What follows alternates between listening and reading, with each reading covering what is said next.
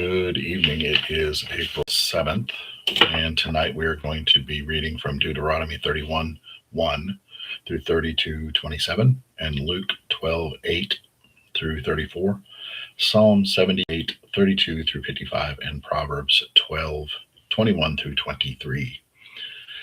We like to do the Lord's Prayer every night, so if you will join in with me, please. Our Father who art in heaven, hallowed be thy name. Thy kingdom come, thy will be done on earth as it is in heaven. Give us this day our daily bread, and forgive us our trespasses, as we forgive those who trespass against us. Lead us not into temptation, but deliver us from evil. For thine is the kingdom, the power, the glory forever and ever. Amen. Let's get started. Deuteronomy 31 1 through 32:27. Moses went on to address these words to all Israel. He said, I am 120 years old today. I can't get about as I used to. And God told me, you're not going to cross the Jordan River. God, your God, will cross the river ahead of you and destroy the nations in your path so that you may just oust them. And Joshua will cross the river before you as God said he would. God will give the nations the same treatment he gave the kings of the Amorites, Shihon, and Og, and their land. He'll destroy them. God will hand the nations over to you, and you'll treat them exactly as I have commanded you. Be strong, take courage, don't be intimidated, don't give them a second thought, because God, your God, is striding ahead of you. He's right there with you. He won't let you down. He won't leave you. Then Moses summoned Joshua. He said to him, with all Israel watching, be strong, take courage. You will enter the land with his people, this land that God promised their ancestors that he'd give them. You will make them the proud possessors of it. God is striding ahead of you. He's right there with you. He won't let you down. He won't leave you. Don't be intimidated. Don't worry. Moses wrote out this revelation and gave it to the priests, the sons of Levi, who carried the chest of the covenant of God, and to all the leaders of Israel. And he gave these orders. At the end of every 7 years, the year all debts are canceled, during the pilgrim festival of booths, where everyone in Israel comes to appear in the presence of God, your God, at the place he designates.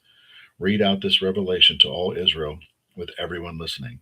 Gather the people together, men, women, children, and and the foreigners living among you, so they can listen well, so they may learn to live in holy awe before God, your God, and diligently keep everything in this revelation. And you do this so that their children who don't yet know all this will also listen and learn to live in holy awe before God, your God. For as long as you live in the land that you are crossing over the Jordan to possess, God spoke to Moses, you're about to die, so call Joshua, meet him in the tent of the meeting so that I can commission him. So Moses and Joshua went and stationed themselves in the tent of the meeting. God appeared in the tent in a pillar of cloud. The cloud was near the entrance of the tent of the meeting. God spoke to Moses, you're about to die and be buried with your ancestors. You'll no sooner be in the grave than this people will be up and lusting after the foreign gods of this country, and they are entering. They will abandon me and violate my covenant that I've made with them. I'll get angry, oh so angry. I'll walk off and leave them on their own. Won't so much as look back. Then many calamities and disasters will devastate them because they are defenseless. They'll say, Isn't it because our God wasn't here that all this evil has come upon us? But I'll stay, but I will stay out of their lives, keep looking for other way because of all their evil they took up with their other gods. For right now, copy down this song and teach the people of Israel to sing it by heart. They'll have it in them as my witness against them, when I bring them into the land that I promised to their ancestors, a land flowing with milk and honey, and they eat and become full and get fat, and then begin fooling around with other gods and worshiping them. And then things start falling apart. Many terrible things happen. This song will be there with them as a witness to who they are and where they went wrong. Their children won't forget this song. They'll be singing it. Don't think I don't know what they are already scheming to do. They're not even in the land yet. This land I promised them. So Moses wrote down this song that very day and taught it to the people of Israel. That God commanded Joshua, son of Nun, saying, Be strong, take courage. You will lead the people of Israel into the land I promised to give them, and I'll be right there with you. After Moses had finished writing down the words of this revelation in a book, right down to the last word, he ordered the Levites, who were responsible for carrying the chest of the covenant of God, saying, Take this book of Revelation and place it alongside the chest of the covenant of God. Your God, keep it there as a witness.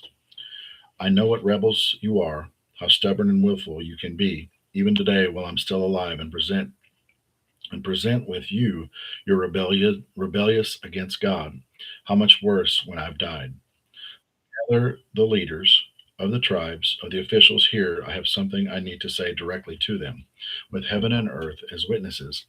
I know that after I die, you're going to make a mess of things, abandoning the way I commanded, inviting all kinds of evil consequences in the day ahead. You're determined to do evil in defiance of God. I know you are, deliberating, provoking his anger, but what you do, by what you do. So, with everyone in Israel gathered and listening, Moses taught them the words of the song from start to finish. Listen, heavens, I have something to tell you. Attention, earth, I've got a mouthful of words. My teaching, let it fall like a gentle rain. My words arrive like morning dew, like a sprinkling rain on new grass, like spring showers on the garden. For it's God's name I'm preaching. Respond to the greatness of our God, the rock. He works, his works are perfection, and the way he works is fair and just. A God you can depend on, no exceptions. A straight arrow God. His messed up, mixed up children, his non children, throw mud at him, but none of it sticks.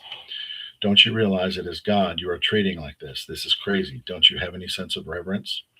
Isn't this your Father who created you, who made you and gave you a place on earth? Read up on what happened before you were born. Dig into the past, understand your roots, ask your parents what it was like before you were born. Ask the old ones, they will tell you a thing or two. When the high God gave the nations their stake, gave them their place on earth, he put each of their peoples within boundaries, under the care of divine guardians. But God himself took charge of his people, took Jacob on as his personal concern. He found him out in the wilderness, in an empty, windswept wasteland. He threw his arms around him, lavished attention on him, guarding him as the apple of his eye. He was like an eagle hovering over its nest, overshadowing its young. Tonight's long.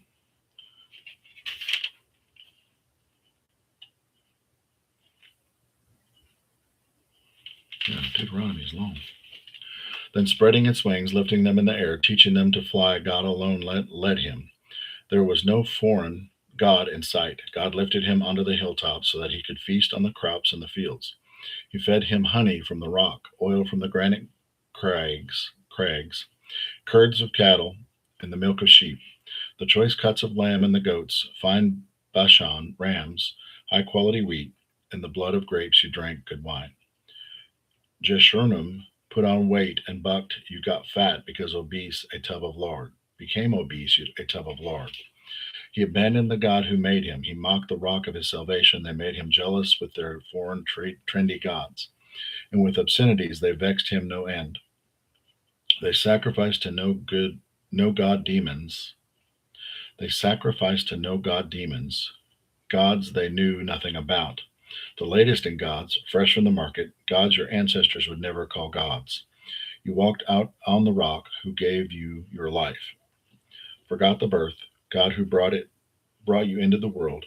God saw it and spun around, angered and hurt by his sons and daughters. He said, From now on I'm looking the other way.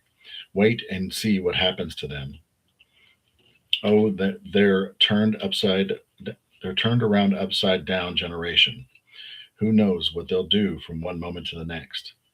They've goaded me with their no gods, infuriated me with hot air gods. I'm going to goad them with a no people, with a hollow nation incense them. My anger started a fire, a wildfire burning deep down in Sheol, then shooting up and devouring the earth and its crops, setting all the mountains from bottom to top on fire. I'll pile catastrophes on them. I'll shoot my arrows at them. Starvation, blistering heat, killing disease. I'll send snarling wild animals to attack from the forest and venomous creatures to strike from the dust, killing in on the streets, killing in the streets, terror in the houses, young men and virgins alike struck down, and yes, breastfeeding babies and gray haired old men.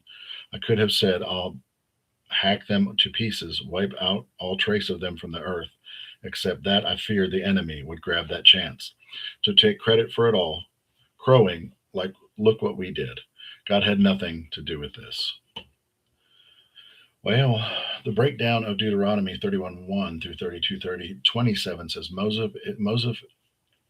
Moses is passing the torch to Joshua.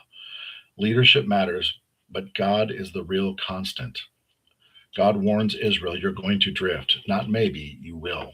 The Song of Moses is basically a reminder system. God equals faithful, just provider. Israel, forgetful when blessed.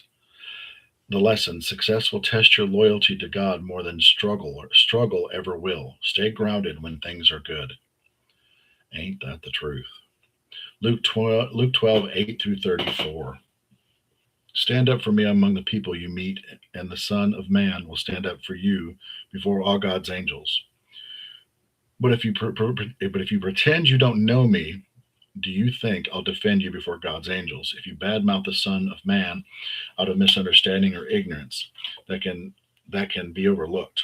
But if you're knowingly attacking God Himself, taking aim at the Holy Spirit, that won't be overlooked.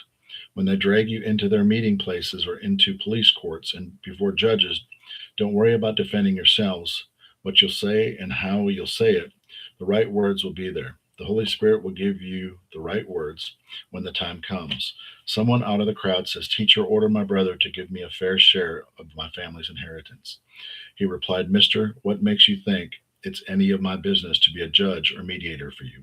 Speaking to the people, he went on, Take care, protect yourself against the least bit of greed. Life is not defined by what you have, even when you have a lot. Then he told them a story. The farmer of a certain rich man produced a terrific crop. He talked to himself, What can I do? My barn isn't big enough for this harvest. Then he said, Here's what I'll do. I'll tear down my barns and build bigger ones. Then I'll gather all my grain and goods, and I'll say to myself, See, you've done well. You've got it made and can now retire. Take it easy and have the time of your life. Just then God showed up and said, Fool, tonight you die, and your barn full of goods. Well, who gets it? That's what happens when you fill your barn with self and not with God. Ouch. He continued this subject with his disciples. Don't fuss about what's on the table at meal times, or if your clothes in your closet are in fashion. There is far more to your inner life than the food you put in your stomach, more to your outer appearance than the clothes you hang on your body. Look at the ravens, free and unfettered, not tied down to a job description, carefree in the care of God, and you count far more. Has anyone been fussing before the mirror even gotten taller by as much as an inch? If fussing can't even do that, why fuss at all? Walk into the fields and look at the wildflowers. They don't fuss with their appearance. But have you ever seen colorful and design quite like it? The 10 best dressed men and women in the country look shabby alongside them. If God gives such attention to the wildflowers, most of them never even seen, don't you think He'll attend to you, take pride in you, do His best for you? What I'm trying to do here is get you to relax, not to be so preoccupied with getting so you can respond to God's giving. People who don't know God and the way He works fuss over things, but you know before God and how He works. Steep yourself in God's reality, God's initiative, God's provisions. You'll find all your everyday human concerns will be met. Don't be afraid of missing out. You're my dearest friends. The Father wants to give you the very kingdom itself. Be generous, give to the poor, get yourselves a bank that can't go bankrupt, a bank in heaven far from bank robbers, safe from embezzlers, a bank you cannot break, but a bank you can bank on. It's obvious, isn't it? The place where your treasure is the place where you most want to be and end up being. Breakdown of Luke 12:8 through 34 says Jesus hits three hard truths. Don't be ashamed of Him. What you confess here echoes in eternity, which that is one thing I can honestly say is I will not deny my faith. Fear God, not people. People can't touch your soul. Don't chase money. The rich fool built bigger barns and still died. Then he flips it. Don't worry about life. God feeds the birds. You're worth more. When you treasure it, where your treasure is where your heart lives. Where your treasure is where your heart lives. If your focus is on money, comfort, and approval, you're aiming too low. Psalms 78:32 through 55. And can you believe it? They kept right on sinning, all the wonders, and they still wouldn't believe it. So their lives wasted away for nothing, nothing to show for their lives but a ghost town. When he cut them down, they came running for help. They turned and pled for mercy. They turned and plead. Where did I get pled? My fault. It did not sound right when I said it. They turned and pled for mercy. They turned and plead for mercy. I did it again. They gave witness that God was their rock, and the high God was their redeemer. But they didn't mean a word of it. They lied through their teeth, and the whole time they could not have cared less about him, wanting nothing to do with his covenant. And God, compassionate, forgave the sin, didn't destroy. Over and over he reigned in his anger, restraining his considerable wrath. He knew what they were made of. He knew there wasn't much to them. How often in the desert they had spurned him, tried his patience in those wilderness years. Time and again they pushed him to the limit, provoking Israel's holy God. How quickly they forgot what he'd done, forgot their day of rescue from the enemies. When he did miracles in Egypt, wonders on the plain of Zon, he turned the river and its streams to blood, not a drop of water fit to drink. He sent flies which ate them alive, and frogs which drove them crazy. He turned their harvest over to caterpillars, everything they had worked for to the locusts. He flattened their grapevines with hail. A killing frost ruined their orchards. He pounded their cattle with hail, let thunderbolts loose on their herds. His anger flared, a wildfire storm of havoc, an advance guard of disease carrying angels. To clear the ground, preparing the way before him, he didn't spare those people. He let the plague rage through their lives. He killed all the Egyptian firstborn, lusty infants, offspring of Ham's virility. Then he led his people out like sheep, took his flock safely through the wilderness. He took good care of them. They had nothing to fear. The sea took care of their enemies for good. He brought them in to this holy land, this mountain he claimed for his own. He scattered everyone who got in their way. He stalked out an inheritance for them.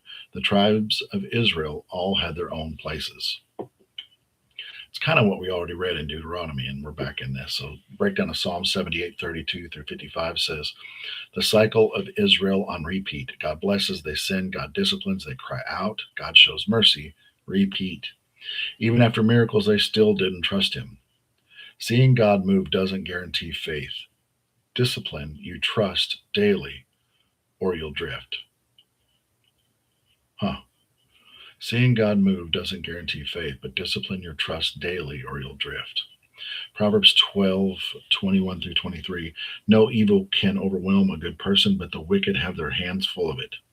God can't stomach liars, but he loves the company of those who keep their word. Prudent people don't flaunt their knowledge. Talkative fools broadcast their silliness. The breakdown of Proverbs 12:21 through 23 says the righteousness aren't immune to trouble, but they're not destroyed by it. The righteous aren't immune to trouble, but they're not destroyed by it. The wicked create their own chaos. Wise people don't run their mouth, they move with restraint. The lesson here is control your words, stay righteous, and you'll outlast chaos. If no one told you today, I love you. Thank you for being here and hanging out. If you have not subscribed, go ahead and click that button up there and subscribe. Jump on board. We are reading through the Bible in a year. We're doing Old Testament, New Testament, Psalms, and Proverbs, and it's taking anywhere from about 15 to 20 minutes a night. So hope you enjoyed it. You'll have a better than good evening. I love you. I love you. I love you. And we will see you tomorrow night. It'll be April 8th.